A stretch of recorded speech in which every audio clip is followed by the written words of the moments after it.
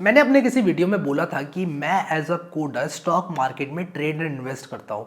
और उस बात को बहुत सारे लोग मुझसे पूछ रहे हैं कि ये सारी चीज़ें मैं कैसे करता हूँ, क्या एक कोडर को एज होती है और एज होती है तो कितनी होती है। इन सारी बातों पे बात करूंगा और कुछ रियलिस्टिक एक्सपेक्टेशंस आपको दूंगा कि क्या चीज़ स्टॉक मार्केट से एज अ कोडर आप लोग एक्सपेक्ट कर सकते हो और आपको क्या एडवांटेज है जो कि उस इंसान को नहीं है जो कि कोडिंग नहीं जानता या फिर प्रोग्रामेटिकली चीज़ों को नहीं कर सकता, ट्रेड्स एंड ऑर्डर्स एग्जीक्यूट नहीं कर सकता, ट्रिगर्स नहीं उठा सकता। तो उन सारी की सारी चीज़ों के बारे में इस वीडियो के अंदर बात करने वाले हैं। सबसे पहले वो बात मैं रिपीट करूंगा जो कि मैं हमेशा बोलता हूं और जो भी मेरे पास आता है ये पूछने के लिए कि यार हमको स्टॉक मार्केट से कुछ फायदा चाहिए। हम पहले स्टॉक मार्केट में थे ही नहीं, अब हम स्टॉक मार्केट में आकर कुछ फायदा उठाना चाहते हैं, हम क्या करें। तो मैं उसको सिर्फ एक बात बोलता हूं कि आप इंडेक्स के अंदर डाल दो। इंडेक्स में पैसे डालने के लिए आप लोग निफ्टी 50 में इन्वेस्ट कर सकते हो, आप लोग सेंसेक्स में इन्वेस्ट कर सकते हो। फिर मेरे पास बहुत सारे लोग आते हैं कहते हैं मेरे पास तो सिर्फ 500 रुपये पड़े, 600 रुपये पड़े। मैं कहता हूँ यार 500-600 में भी हो जाएगा, उसी को डाल दो। अब इंडेक्स के अंदर इन्वेस्ट करने का सबसे बड़ा फायदा ये होता है कि ये रिलेटिवली थोड़ा सा सेफ होता है, इनफैक्ट बहुत सेफ होता है जब बात आती है आपका पैसा डूबने की। बहुत ही कम चांसेस हैं इस बात की कि आपने आज इन्वेस्ट किया और 5 साल के बाद आपका इंडेक्स में इन्वेस्ट हुआ पैसा डूबेगा। अब निफ्टी 50 के अंदर आप लोग कैसे इन्वेस्ट करोगे ये भी मैं आप लोग को बता देता हूं। आप किसी भी ब्रोकर के साथ अपना एक अकाउंट खोल सकते हो। ब्रोकर का नाम भी ले देता हूं, बहुत सारे ब्रोकर्स हैं, मैं किसी स्पेसिफिक ब्रोकर आप लोग को नहीं बताऊंगा। Zerodha, Groww, Upstox, ICICI, HDFC securities और भी आप SBI की भी होती है, यस बैंक की भी यस सिक्योरिटीज़ है।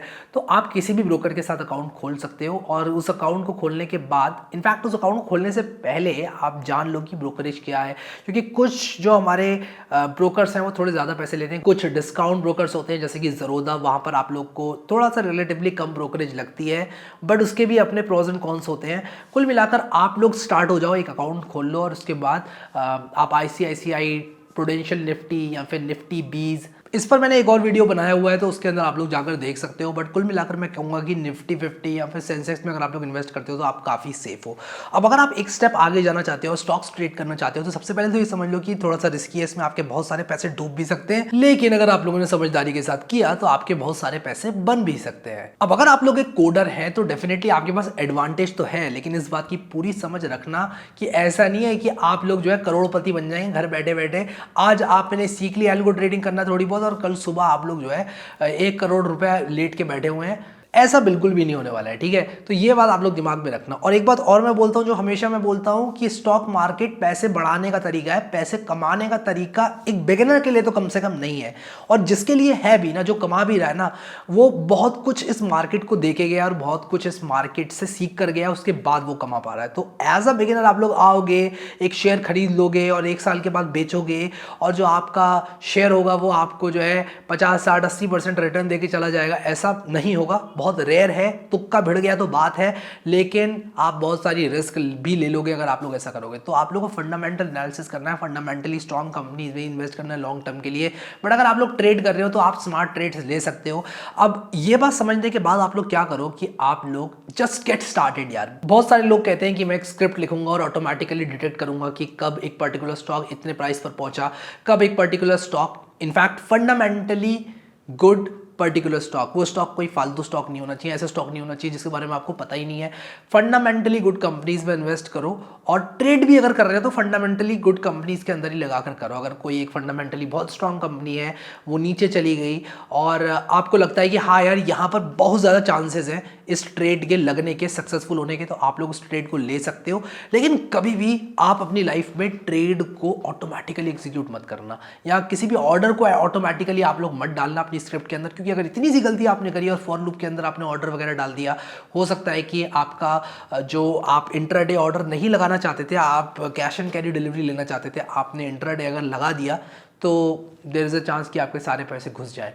और वो सिर्फ एक छोटी सी कोडिंग की गलती आपकी होगी स्क्रिप्ट के अंदर जो कि आपके सारे पैसे डुबा देगी। तो आप लोग ऑर्डर को एग्जीक्यूट मत करो। इनफैक्ट सारे के सारे जो हमारे ब्रोकर्स हैं वो आज की तारीख में ऑर्डर एग्जीक्यूशन के लिए भी APIs लेकर आ रहे हैं, लेकिन आप उन APIs को इस्तेमाल मत करो। आप उन APIs को इस्तेमाल करो एक ट्रिगर जनरेट करने के लिए, जो कि आपको एक SMS या आपके ईमेल पर एक मेल भेजेगी कि यार ये स्टॉक फंडामेंटली गुड है, या फिर आपने जो जो इंडिकेटर्स लगा रखे हैं ये इंडिकेटर्स को ये फॉलो करता है, there is a good chance कि अगर आपने इसको खरीदा तो अगले 15-20 दिन में कुछ पैसे बन जाए। तो इस तरह की चीजें आप एग्जीक्यूट करने की कोशिश करो। कभी भी कोई ऐसा काम मत करना यार कि अपने सारे पैसे डाल दिए, चाहे आपके पास 1000 ही रुपए क्यों ना हो, चाहे आपके आपके पास 40,000 हो, 50,000 हो, वो मुझे पता है आपने बहुत मेहनत करके जोड़े हैं, कमाए हैं। ऐसा कभी मत करना कि यार आज किसी ने कुछ कह दिया, आपसे किसी ने टिप्स दे दी, आपने सारे पैसे डाल दिए और कल वो सारे पैसे खत्म इंट्राडे ट्रेडिंग की वजह से। इंट्राडे तो यार बिगिनर्स को करना ही नहीं चाहिए।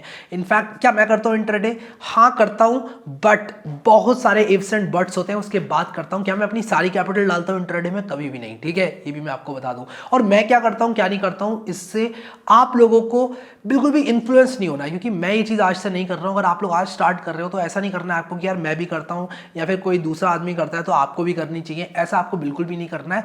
आप गलती करो, आप कैलकुलेटेड रिस्क लो, लेकिन ऐसी गलती करो जिससे कि आप अपनी कैपिटल बचा पाओ, आप सर्वाइव कर पाओ। Make mistakes and learn from them so that you can live to make another. ऐसा मत काम करो कि आज आपने कुछ भी एक गलती कर दी, सारे पैसे उसमें डुबा दिए और अब आपके पास पैसे ही नहीं बचे, टेंशन लेके आपने कह दिया कि यार ये तो गैम्बलिंग होती है, अब मैं नहीं करने वाला। अब कुछ टिप्स उन लोगों के लिए जो कि स्टार्ट करना चाहते हैं, हालांकि मैं कोई स्टॉक वगैरह रिकमेंड नहीं करूंगा, बट आप कुछ भी ना जाने से अच्छा आप कुछ बातें मेरी बहुत ही ध्यान से सुने और समझें कोई भी ट्रेड या एल्गो ट्रेड एग्जीक्यूट करने से पहले। सबसे पहले कि आप ऑर्डर्स को एग्जीक्यूट कभी मत करना एपीआई के थ्रू, क्योंकि गलतियां यार हो जाती हैं, और गलती अगर यहां पर हुई तो हो सकता है आपके सारे पैसे डूब जाएं।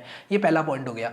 दूसरा पॉइंट ये है कि एक ट्रेड में कुछ भी हो सकता है। आपने सोचा हो कि यार ये ऊपर जाएगा, there is a high chance कि वो ऊपर जाए ही ना, ठीक है। अगर आपको लगता है कि यार ये ऊपर जाएगा, हो सकता है वो नीचे चला जाए, और आप हमेशा स्टॉप लॉस को यूज करो। ऐसा मत करो कि यार नीचे चला गया, आएगा ऊपर, आएगा अब आएगा अब आएगा। आपने 13,000 पर ट्रेड लिया, आपने सोचा कि ये 13 से 13.5 होगा तो मैं जो है काट दूंगा। उसके बाद आप जैसे ही 13 से 12.5 स्टॉक को जाते हुए देखते हैं, आप कहते हैं अरे नहीं यार अब तो थोड़ा रुक जाता हूँ, इसको तो ऊपर जाना ही चाहिए, जाना ही चाहिए। और आपको जो है देखते देखते ही कुछ दिनों में वो स्टॉक 6,000 7,000 पर आपका आ जाता है। तो ऐसा आपको बिल्कुल भी नहीं करना है। आपको कुल मिलाकर स्टॉप लॉस रखना है, टारगेट रखना है। टारगेट हिट होता है तब भी सेल कर दो, स्टॉप लॉस हिट होता है तब भी सेल कर दो। अब इसके बाद एक और टिप जो मैं आपको ये देने वाला हूँ, ये आपको शायद बहुत कम लोग देंगे, और वो टिप ये है कि अपने प्राइमरी काम पे फोकस करो। अगर आप लोग एक प्रोग्रामर हो, प्रोग्रामिंग पर फोकस करो। अब इस चीज़ पर फोकस मत करो कि यार मुझे आज भी ट्रेड करना है, कल भी करना है, परसों भी करना है, जितने भी ट्रेडिंग सेशन है मुझे सब में ट्रेड करना है। नहीं, आपको सारे ट्रेडिंग सेशन में ट्रेड नहीं करना है।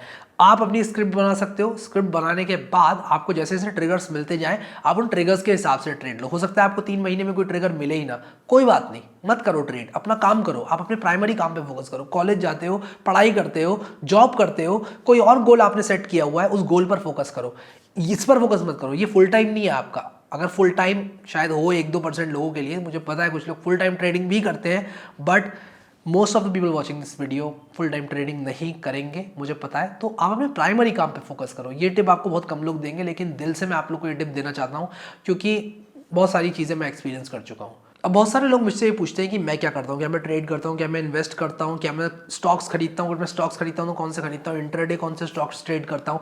तो ये सारी की सारी बातें जो है बिल्कुल भी रेलेवेंट यहाँ पर नहीं है। क्यों, उसकी भी बात मैं आपको बता देता हूँ। ऐसा नहीं है कि मैं आपसे शेयर नहीं करना चाहता, मैं बताता हूँ कि कोई भी ट्रेड में एंट्री करता हूँ मैं, तो ऐसा नहीं है कि वो हमेशा सक्सेसफुल हो जाता है, ऐसा नहीं है। मैं भी गलत ट्रेड कर देता हूँ, but in the long run में हमेशा आज की तारीख में पैसे कमाता हूँ। क्यों? क्योंकि कुछ स्ट्रैटेजीज हैं जिनको पहले मैंने टेस्ट किया पेपर ट्रेडिंग करके। मैंने अपना 1 रुपया भी नहीं डाला, पेपर ट्रेडिंग करके एग्जीक्यूट किया। उसके बाद जब मैं समझ गया कि हाँ यार ये सारी स्ट्रैटेजीज काम कर रही हैं, तो उनके हिसाब से मैं अपने पैसे इन्वेस्ट करता हूँ। कभी सही होता हूँ, कभी गलत होता हूँ, लेकिन 10 में से अगर मैं 2-3 बार गलत हूं तो 7 बार सही होता। मैं स्टॉक टिप्स से भी दूर रहता हूं और अपने ट्रेडिंग और इन्वेस्टमेंट पोर्टफोलियो को अलग बनाता हूं। इन्वेस्टमेंट पोर्टफोलियो मेरा वो होता है जिसके पैसे मैं आज से 5 से 10 साल तक कभी भी छूने वाला नहीं हूं।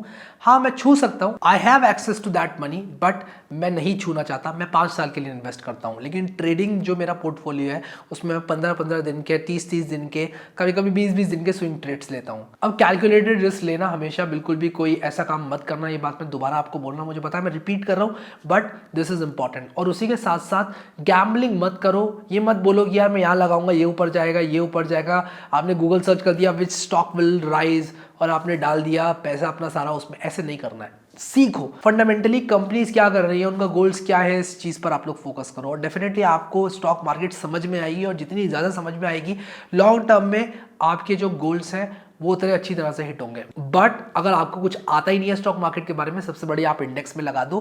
म्यूचुअल फंड से भी बेटर है मेरे हिसाब से आप इंडेक्स में लगा दो। इंडेक्स में पैसे आप लगाओगे तो डेफिनेटली बिना कुछ जाने, बिना उस पैसे को टच किए, आज से 5 साल बाद there is a high chance कि आपके बहुत सारे पैसे बन जाएंगे। सो आई होप कि आप लोगों को वीडियो पसंद आया। मैंने उन लोगों को सबको आंसर दे दिया जो कि मुझसे बहुत ज़्यादा पूछ रहे थे कि यार एल्गो ट्रेडिंग कैसे करें, आप कैसे करते हो और किस तरह से हम पैसे बना सकते हैं स्टॉक मार्केट में। आई होप कि ये सारे के सारे क्वेश्चंस आंसर हो चुके हैं। अभी के लिए इस वीडियो में इतना ही guys. Thank you so much guys for watching this video and I will see you next time.